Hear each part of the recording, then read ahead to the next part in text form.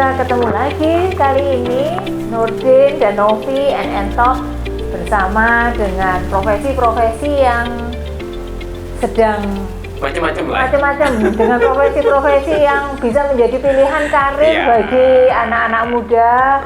Dan kali ini kita mengundang seorang komposer, produser musik, Andri Wirawan. Saya manggilnya Andri karena teman kuliah saya, jadi tidak pakai emas, tidak pakai adik, tidak pakai pak gitu ya.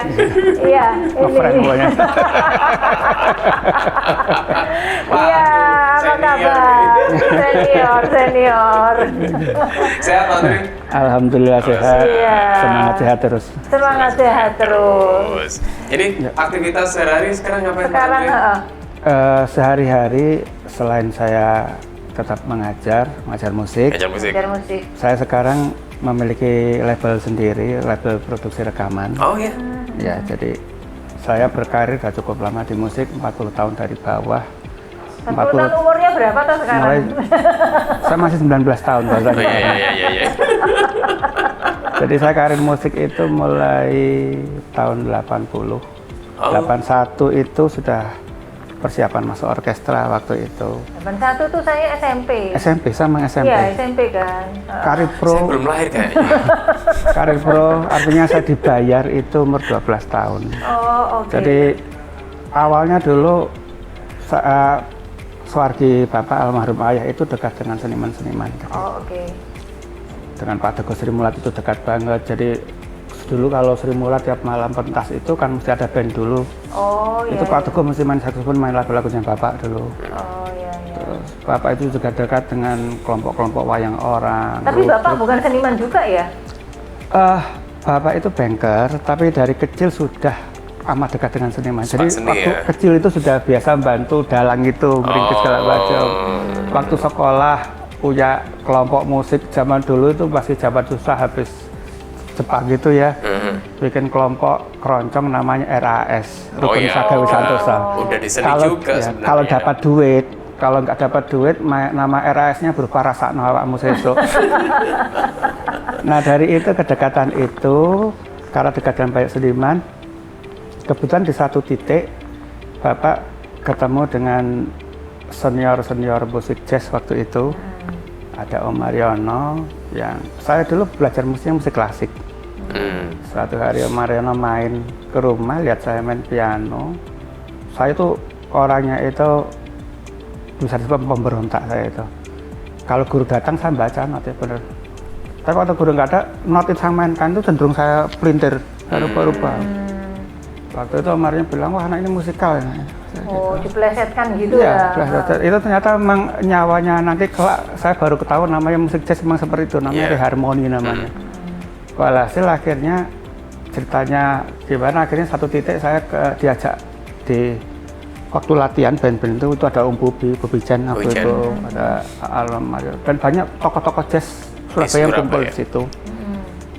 Waktu itu ada instrumen vibrafon itu instrumen langka seperti kolintang.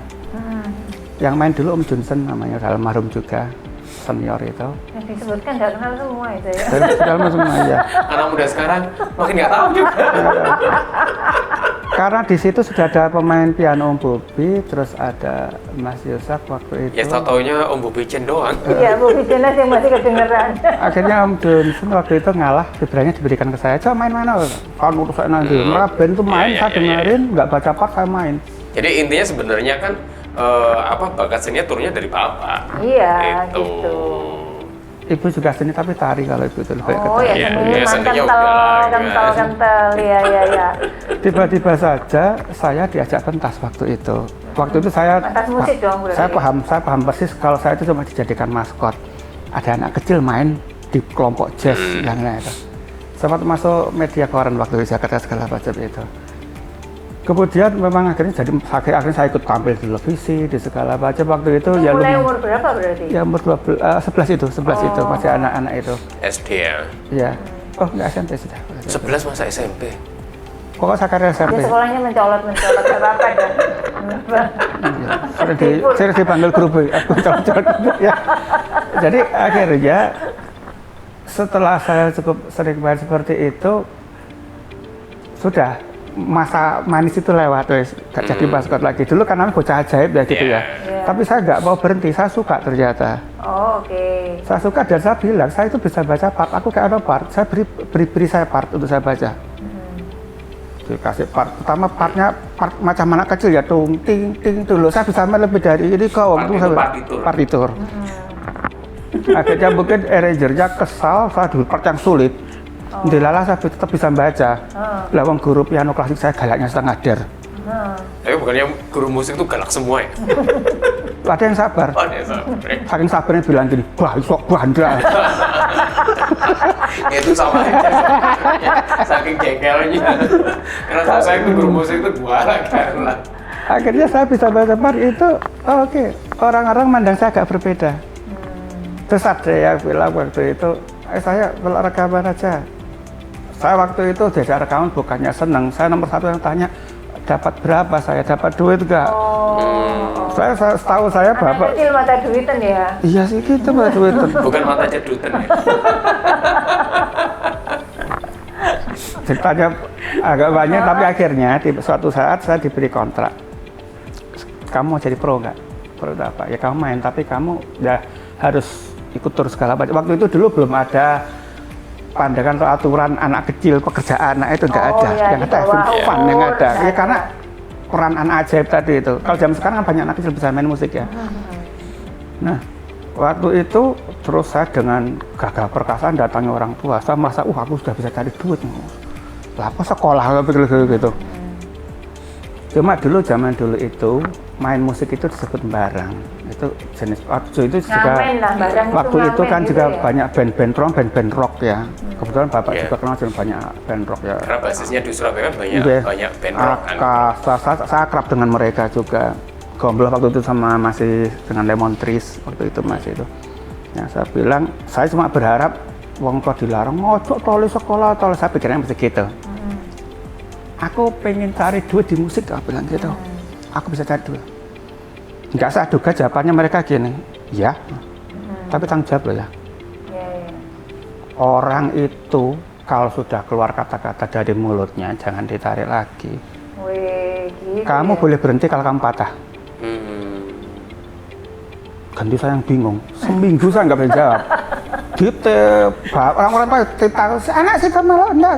Wadah, saya seminggu itu mikir, apa ya? Saya pikiran saya cuma satu, wah orang tua nggak kasih makan saya lagi, nggak boleh gitu. Salah Nggak kasih makan lagi orang tua gitu. Tapi akhirnya saya berunding dengan ibu cuma bilang gini lah, dadak nasi namai ya. Orang tua bertanggung jawab sama kamu sampai waktunya kamu bisa menghidupi dirimu sendiri. Lah ini adalah duit, saya bilang gitu, saya akan dapat duit. Enggak, itu uang untuk kamu nabung. Jadi kamu kerja gitu, tapi tetap sekolah lo ya, nggak boleh nggak sekolah. Waktu itu bilang gitu, ya sudah. Waktu itu buku tabungan tetap diberikan saya. Nggak ulang tahun kan aku nggak, tetap saya pegang. Waktu itu justru malah saya takut megang tabungan. Tiap hari tak lihat, Tabanas dulu itu ya. Nambah terus dah? Nambah terus? Ya alhamdulillah nambah, kalau nggak mau dibayar kok. Ada gaji bulannya juga dulu. Dan hingga akhirnya sekarang menjadi seorang produser tadi. Iya, produser. Itu ceritanya lain. Saat itu harusnya jalur saya di musik, terus jadi saya jadi performer. Harusnya performer. Cuma saya, namanya anak-anak, itu di kontrak ada tulis, salah satu tidak boleh nangis. Biasanya masih kecil, kadang latihan sampai dulu sekolah itu bawa 2 tas dulu saya. Satu tas buku, satunya tas baju. Soalnya nyaris nggak pulang ke rumah, dari sekolah langsung ke studio, latihan segala macam gantinya di situ. Kadang-kadang saya itu kangen ibu, apa itu, saya kamar mandi dulu, nangis dulu, habis lega keluar lagi latihan. Tiba-tiba rutin itu buat saya jadi jenuh. Nggak bisa main sama teman-teman, nggak bisa ngobrol, nggak bisa nonton TV yang nggak karuan itu. Nggak bisa cuma sekedar ngelawan orang tua kalau disuruh, tidak, saya pengen nonton. Saya nggak bisa ngomong lagi. Hidup itu sudah diatur jadwalnya gini-gini. Terus saat waktu itu kebetulan ada ulang tahunnya TVRI, waktu itu ada syuting yang direkam dulu untuk orkestra. Saya kenalan sama namanya Pak Daryono, pembina orkestra Telstabaya Surabaya. Jadi dulu TVRI itu punya 2 orkestra, satu Jakarta Telerama, Surabaya Telstabaya. Di situ saya baru melihat bagaimana musik itu termanage dengan baik. Jadi waktu saya masih ikut orkes jazz itu, yang ada itu cuma sudah ada job saya apa kerjain apa. Rekaman saya lihat prosesnya itu kok saya suka tiba-tiba gitu. Saya sering tanya sama mas yang operator, itu apa itu kata, iya direkam suara. Saya suka gitu, habis saya main, saya bisa dengarkan saya main sendiri. Jadi di studio itu seakan-akan jadi tempat bermain iya, gitu ya. Tiba-tiba. Jadi playground.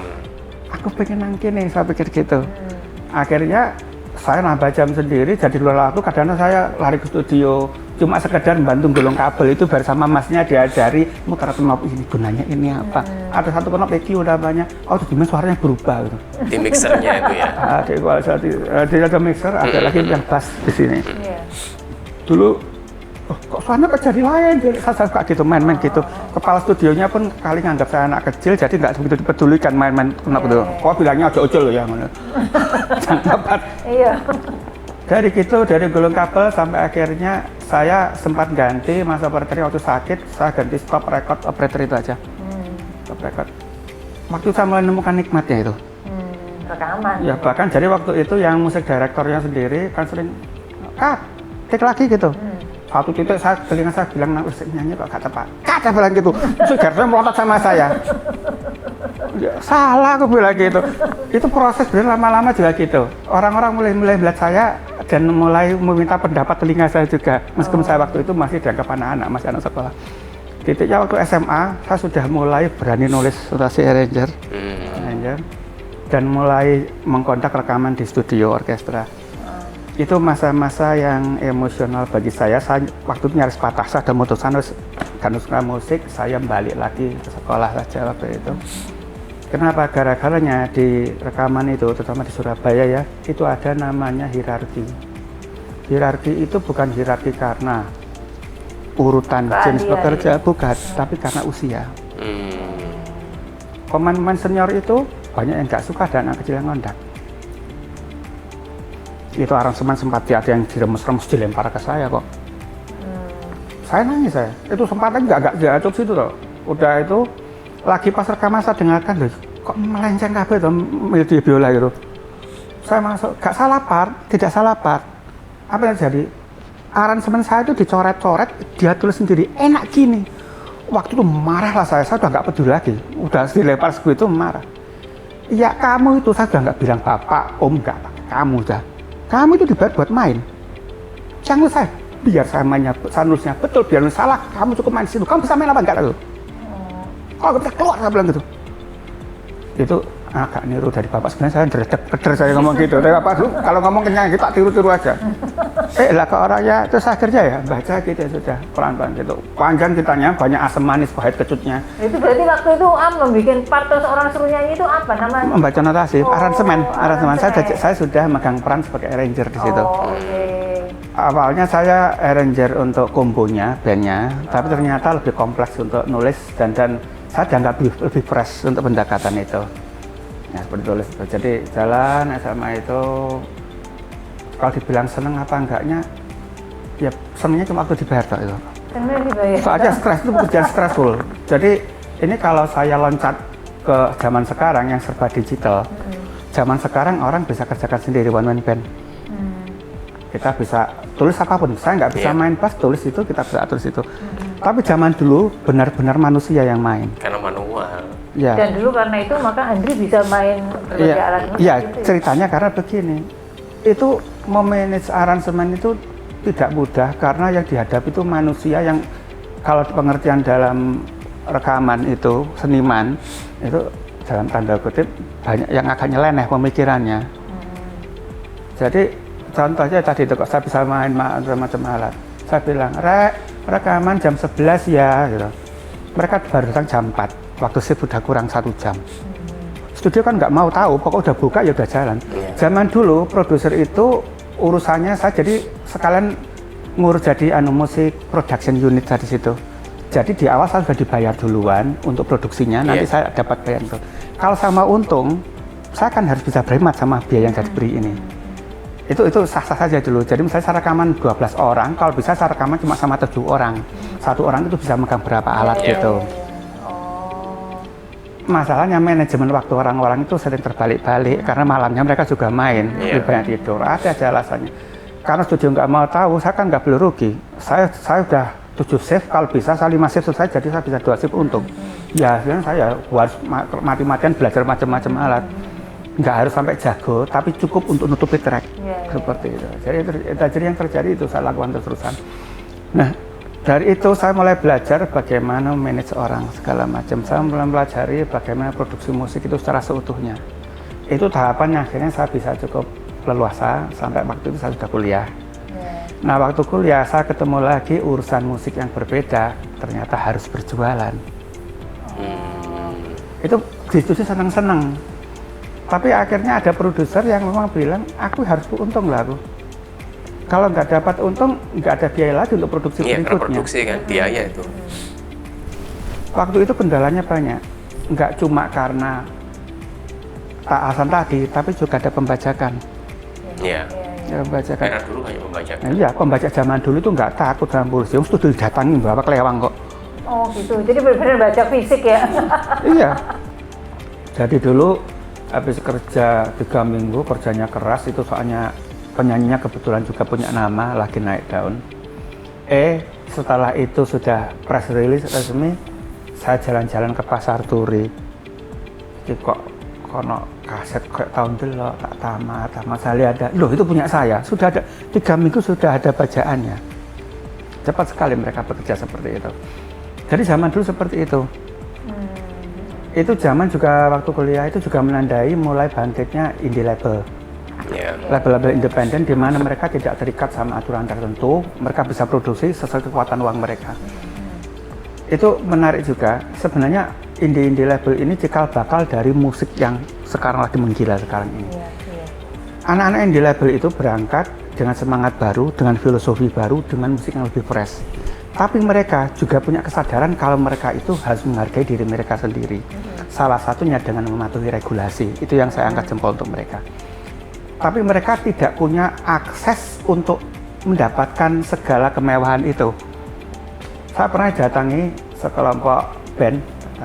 Mereka awalnya cuma minta saya dengarkan rekaman mereka, saya komentari gimana musiknya. Ya habis review musiknya, ngobrol-ngobrol gitu, saya disadari sampulnya, saya lihat. Kalau saya, loh, ini kok saya nggak pernah lihat cukai dulu, kalau CD kaset kan cukainya ya. Kayak, ini kok nggak pernah lihat cukai macam ini, aku loh, apa aku nggak dapat infonya. Saya perhatikan betul ternyata itu apa, cukainya rokok itu ditempelkan di situ. Itu tapi dari satu sisi, itu mereka pingin kalau punya mereka itu juga legal. Oh, oke. Nah, seperti itu. Itu waktu itu ramai seperti itu. Indie sendiri juga teriak-teriak, kita nggak bisa beli cukai karena harus ada minimal pemberian 5.000 lembar. Nggak ada duitnya untuk seperti itu. Membuat produksi aja sudah habis mereka kan. Nah, tapi untunglah waktu itu sudah mulai ada era digital. Waktu itu sudah mulai ada komputer yang mulai masuk studio. Saya waktu ada komputer masuk studio sempat down juga, panik saya. Saya ini gaptek, nggak ngerti sama sekali soal komputer. Waduh, yang komputer boleh saya cut sampai sini dulu ya. Jadi ini kan saya meresumkan yang diceritakan tadi. Ini tadi adalah perjalanan karir sahabat saya Andri Weriawan yang mulai kecil gitu karena darah seniman itu sudah mengalir di dirinya, kemudian mulai umur 12 sampai kemudian ini tadi sampai mau baru kuliah loh, itu tadi ya ceritanya menekuni bidang musik dengan berbagai macam profesi yang ada di dalam musik gitu. Jadi sebenarnya profesinya macam-macam kayak gitu kan. Dan kemudian masuklah ke yang mulai digital gitu ya. Mulai digital di mana menjadi lebih mudah gitu kan ya, menjadi lebih mudah harusnya, tapi tidak mudah untuk saya. Tidak mudah untuk saya. Karena betul. Itu buat saya teknologi baru itu ancaman buat saya. Oh gitu. Kami bahkan sempat buat komunitas Ngersulo namanya. Jadi sound engineer, saya yang paling muda itu. Sama sound engineer lainnya kan umurnya di atas 40, 50 tuh. Semua kumpul, ya apa, komputer maring ini kita agak kerja. Habis ini kita kan nggak punya kerjaan habis ini. Saya dengarkan omongan mereka yang sudah keluarga segala macam, gimana ngidupin anak sekolah, saya ciut waktu itu. Gimana ya. Tapi akhirnya bisa survive-nya gimana? Nah ini ceritanya agak lucu. Waktu itu akhirnya ya mau nggak mau saya harus kenalan juga kan. Sama Kekoa kenalan juga. Tapi megang komputer itu mengintimidasi. Saya coba les. Saya coba les komputer waktu itu di salah satu di Surabaya itu ada. Nggak nyambung sama sekali. Lah wong yang rangkang itu dia cuma nulis tok tapi nggak pernah ngajari saya dudul komputer itu. Nah, saya suruh sendiri toh ya. Saya suruh ngapalkan itu poten itu gini, wah mandek guys saya. Ini telinga ini kerja tiap hari dengar suara saya sudah puyeng. Dengar produser ngomel itu kapan jadi, dengar yang artisnya nyanyi kapan itu vokalnya beres. Ini disuruh ngapalin keluar nggak les-lesan diri lagi bayar sendiri saya waktu itu. Akhirnya minta diajari temen. Gampang kok gini. Di kos-kosan waktu itu ada anak-anak kuliah yang mau skripsi. Ya, saya di situ juga gitu. Taunya saya anak skripsi bayangan saya kerja serius gitu, enggak game-gamean tok kerjanya itu. Mantap. Iku apa? Saya baru pertama kali lihat posisi loh, itu kayak yang di studio. Iya, Mas. Ya apa caranya? Gimana ngerti? Saya megang nggak pernah bisa, ngarahkan itu nggak bisa. Terus main game aja. Waktu main game Invader namanya, saya tembak-tembakan. Jadi kalau pakai game pakai mouse? Pakai mouse. Bisa. Seminggu saya nembak, nggak karukan nembak aja nggak bisa. Tapi setelah seminggu tiba-tiba saya punya gestur. Iya. Oh gini. Baru saya belajar pemrogramannya. Ternyata logikanya sama seperti analog. Cuma bedanya saya lihat layar. Nah setelah itu tiba-tiba saya bisa. Tapi ya itu toh. Jadi waktu itu studio lihat saya bisa komputer, anak ini tolong ketik nasi ki, modar banget. Jadi saya cuma bisa itu toh, Nah teknologi semakin berkembang sampai satu titik saya mulai bersinggungan dengan banyak musisi luar. Waktu itu ada proyek rekaman se-ASEAN waktu itu, saya kenal sampai musisi ASEAN. Di sana lagi-lagi yang menonjol bukan saya sebagai arranger penata musik, tapi sebagai jazzer di situ. Mulailah bertemu dengan banyak orang, ketemu musik di dunia kayak Didi Rockwood. Dan sebenarnya aliran musiknya Andri ini apa sih? Saya dituduh jazz gitu dok. Dituduh jazz? Kenapa? Saya dari kecil saya kumpulin orang-orang jazz. Padahal saya bisa nabung itu dari dangdut sebenarnya. Dari dangdut. Tapi passion saya rock. Makanya saya kawin sama rocker. Istri saya itu rocker. Suka kejebak. Yang menghasilkan duit banyak. Iya. Tapi karena tanggapannya banyak. Tapi kalau pas nggak ada uang, tanggapan wayang kulit Semalam Tuntut saya pernah ikut juga. Jadi ya, megang bonang panerus. Sambil bisa main gamelan. Emang lingkungan seperti itu. Bapak saya dekat sama wayang kulit ya terbiasa gitu. Oke, tapi saat ini yang ditekunin apa? Ya saat ini saya lebih settle down ya. Anak-anak sudah kerja. Istri saya sudah purna tugas. Saya sendiri habis kondisi kesehatan saya juga, saya kena diabetes, ada darah tinggi juga. Saya pikir sudahlah 40 tahun sudah cukup ngeladenin orang, itu kan rutin maunya orang. Kapan saya bikin musik untuk diri saya sendiri untuk senang-senang. Dalam proses itu saya beberapa kali tahun 90, tahun 2000 itu produksi musik yang saya lempar keluar, Delala itu dapat sambutan yang bagus. Sampai hari ini di Radio Philadelphia itu komposisi saya kadang-kadang diperdengarkan. Yang jazz?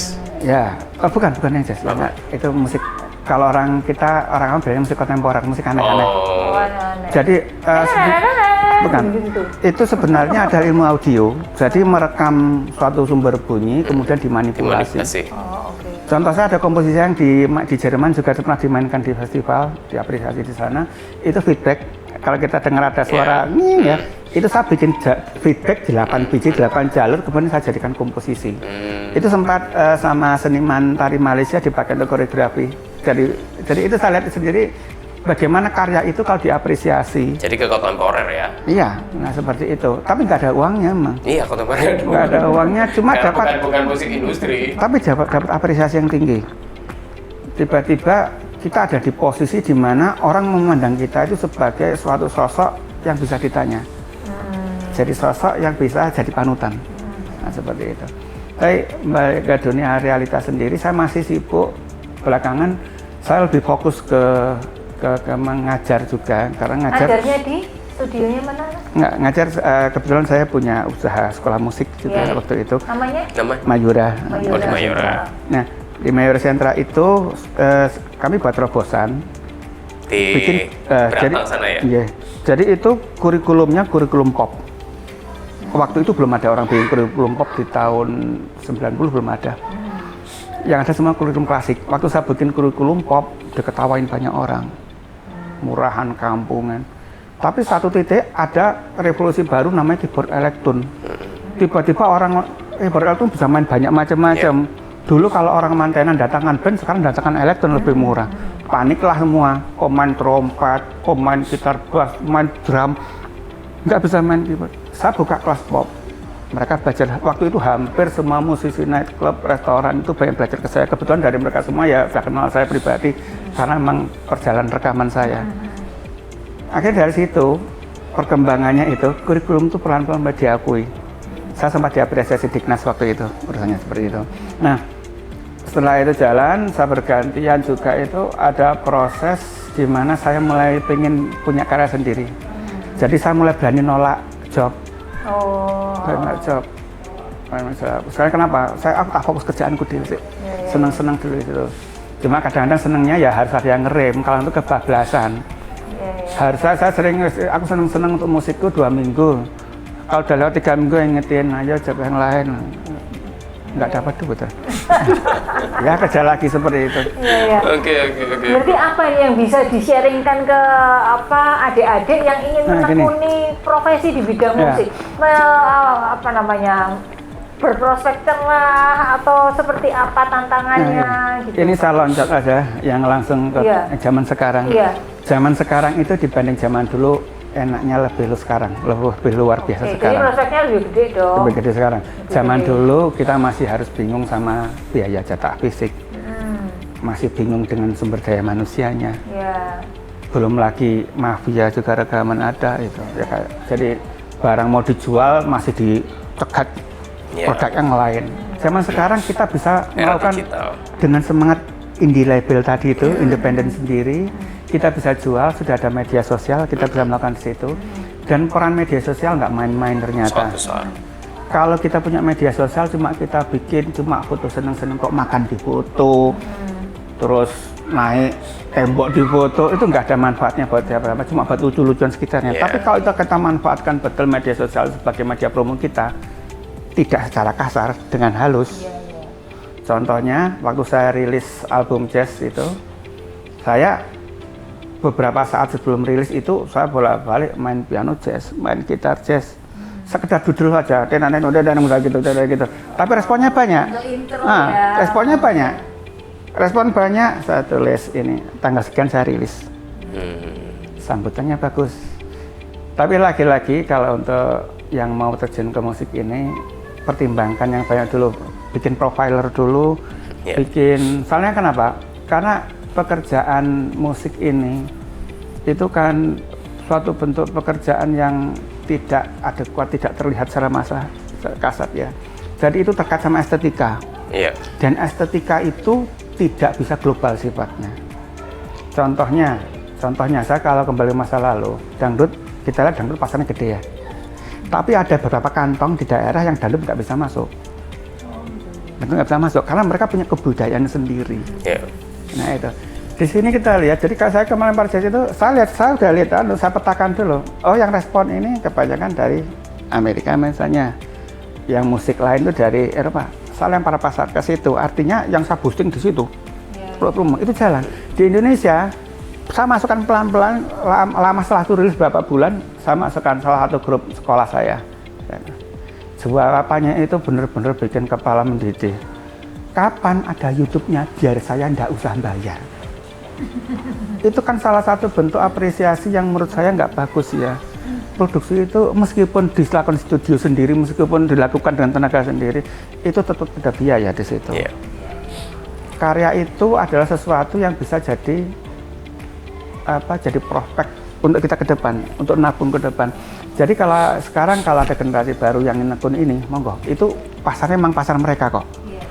Bikin musik sekarang ini, kayak sekarang kalau saya sama Mbak Novi sendiri juga, sekarang kalau bilang musik anak sekarang itu kok nggak kayak dulu rock dong gitu ya. Sekarang itu cereng, kata-kata nggak ada punch di situ, nggak ada hentaan di situ. Sampai dulu ada rocker yang bilang gini, anak zaman sekarang kok lembek ya lembek sekonti. Musiknya kayak gitu bukan, itu sudah zaman masalahnya. Eranya sudah beda. Sudah beda. Nah, itu tapi kalau kita lempar keluar ke Malaysia misalnya nggak jalan kali. Malaysia itu lagu-lagu Indonesia sudah ulang di sana. Lagu tradisional kita kenceng di sana. Nah, seperti itu. Jadi itu kita petakan saja dulu. Jadi kalau bikin satu komposisi, satu karya, sekarang bisa merilis sendiri. Katakan kalau dalam bahasa Indonesia, kuatkan media sosialnya yang di segmennya itu, di bahasa Indonesia. Kalau bikin segmen yang dalam bahasa Inggris, sok Inggris, jangan dicampur aduk. Ya, sekarang kan dulu sempat ada tren ya bahasa Indonesia sama bahasa Inggris, gak karo-karoan ya, dijual kemana, ruwet loh itu urusannya. Ya. Atau kalau mau fokus bahasa Inggris, lempar pasarnya jangan di lokal, di luar. Tapi intinya sekarang kan bahwa media sosial sudah sangat kuat sekali sehingga orang untuk lebih dikenal lagi sebagai seorang komposer atau musisi juga lebih luas lagi dibanding zaman dulu ya kan Pak ya. Terus kemudian juga bahwa setiap era itu industrinya pasti akan berbeda. Jadi antara era tahun 80, 90, 2000, 2010 industrinya juga sudah berbeda. Berarti seleranya juga pasti berbeda, tidak bisa disamakan. Dan yang pasti kalau menurut saya sih musik akan selalu tetap ada karena orang butuh hiburan. Butuh hiburan. Dan kalau Anda mau berkarir dalam musik itu pasti akan tetap selalu dibutuhkan. Jadi karenanya label yang saya dirikan sama istri saya tahun ini itu namanya Paenma. Paenma tulisannya gimana? Paenma, Paenma. Kayak bahasa Yunani ya. Itu enggak artinya bapak lan mbok artinya. Paenma. Itu kami menyasar nanti ke depannya kami menyasar untuk generasi muda yang memang mau berkarya tapi nggak mau ribet urusan dokumennya. Gimana urusan dokumen itu memang luar biasa ribet. Saya sendiri ngurus gitu nggak bakal bisa berkarya. Jadi mereka hanya produksi saja ya? Produksi saja, kita bisa merilis. Nah, seperti itu. Jadi ataupun kami nanti juga akan turun ke bawah. Ya, moga-moga fisik sudah masih cukup kuat ya. Turun ke bawah kami akan cari talent. Kami akan cari talent di situ. Lebih ke talent itu yang talent ya? Nah, yang akan bina. Kedepannya nanti kalau sudah keuangannya sudah berputar sudah cukup bagus, ya baru nanti ada manajemen di situ, manajemen artis, di mana memang ada khusus yang terjun ke bawah. Itu nanti kembali ke masa lalu, memang masa lalu ada talent yang turun ke daerah memang, talent. Cuma sekarang ya memang peran media sosial lebih mudah ya, artinya talent itu pun kita bisa lihat di YouTube segala macam orang dan akan kita datangi nanti seperti itu. Itu rencana-rencana kedepannya. Tapi saat ini Paenma sendiri fokusnya ke memproduksi dulu. Yang kita bangun nama dulu, kita bangun branding dulu karena kita baru mulai memang. Jadi setelahnya itu barulah kami nanti akan menyasar ke bawah. Itu nanti kami berharap sejak kami diikuti oleh banyak orang, jadi seni rekaman Indonesia itu bisa menggeliat di luar negeri. Karena secara sporadis banyak musisi kita sudah mulai dikenal di luar negeri. Produksinya sudah mulai dihargai. Seperti itu. Jadi kalau misalnya ini seperti yang dulu nih, ada yang mau berkarir di musik, terus kemudian orang tua kan kebanyakan pasti akan menghalang-halangi kan, gitu ya. Tapi kalau sekarang sih enggak, bangga malah, bangga malah. Eranya sudah beda dengan dulu, gitu. Sekarang malah ibaratnya bahwa acara untuk talent set musik sudah luar biasa, mereka bisa di sana dan mereka laku juga di sana. Jadi udah beda dengan dulu Bu Novi sekarang itu. Karena industri itu memang. Dengan industri sudah sangat cepat sekali sekarang itu. Ya kayak zaman sana sekarang loh kalau tanya, dulu kan pengen apa? Jadi presiden, jadi dokter, sekarang bilangnya jadi YouTuber. Ya, betul ya. Dan orang tua juga nggak masalah kan tahu itu ada duit di situ. Iya. Oke. Terima kasih. Perjuangan menjadi di bidang musik, karir di bidang musik yang sangat menginspirasi dari Andi Wiriawan, dimulai dari usia 12 tahun sampai tadi kalau sudah 40 kan kelihatan ya usianya berapa? 19 tahun. Iya, 12 tahun. 19 tahun. Sehingga saya harapkan kalau dulu berkarir di bidang musik itu tantangannya luar biasa, sekarang zamannya sudah sangat berbeda dan kesempatannya pasti terbuka dengan lebar juga. Terima kasih untuk One Is, Penthouse Resident dan juga Pak Andi Wirawan atas waktunya, kesempatannya, semoga menginspirasi kita semua. Iya, sampai ketemu lagi di episode berikutnya di Rental. Oke, sampai jumpa.